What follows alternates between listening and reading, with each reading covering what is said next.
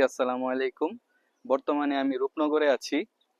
তো রূপনগর হচ্ছে ধামরাইল উপজেলার মধ্যে পড়েছে। আহ, রূপনগরের বর্তমানে যে ভিউটা সেটা হচ্ছে এখন হচ্ছে আষাঢ় মাস। আষাঢ় মাস না এখন? তো এই সময় হচ্ছে আপনার জোয়ারের পানি ওঠে।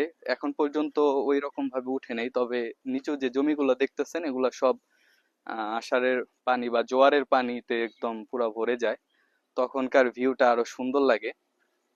তো এখানে মূলত বিকেল বেলা মানুষ ঘুরতে আসে। তো আমিও আসছিলাম ঘোরার জন্যই। বর্তমানে অল্প পানি আছে, তবে পানি এগুলো পুরোটা ধরতে গেলে অনেক উপরে উঠে যাবে। এরপর পানি যখন শুকিয়ে যায় তখন হচ্ছে আবার সরিষা ফুল এগুলো হয়, সরিষা ক্ষেত বুনে।